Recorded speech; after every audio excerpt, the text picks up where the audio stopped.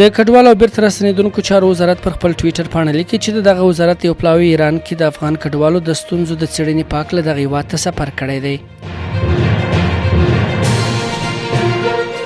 مرکزی بانک پر خپل ټویټر پاڼه لیکي چې نن $140 میلیوني کڅوړه کابل ته رسیدلې ده. د راپورونو له مخې تېره اونۍ کابل ته $42 میلیوني کڅوړې را رسیدلې وې.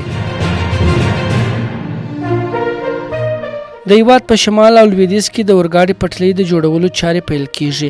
چارواکي وایي د رئیس الوزرا په مشرۍ د کابینې غونډه کې پریکړه شوې چې د جوزجان اندخوی او هرات روزنک ترمنځ د اورګاډي پټلۍ جوړولو عملي چارې دې پیل شي.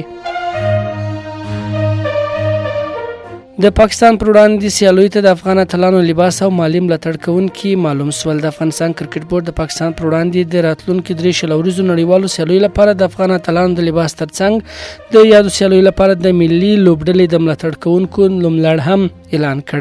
د یادو سیالیو لپاره د هېواد نوموتي مخابراتي شبکې اتصالات د مخکش مالي ملاتړ، کامیر هوایي شرکت د طلایي مالي ملاتړ او سوپر کولا شرکت د سیلور مالي ملاتړ په توګه اعلان شول.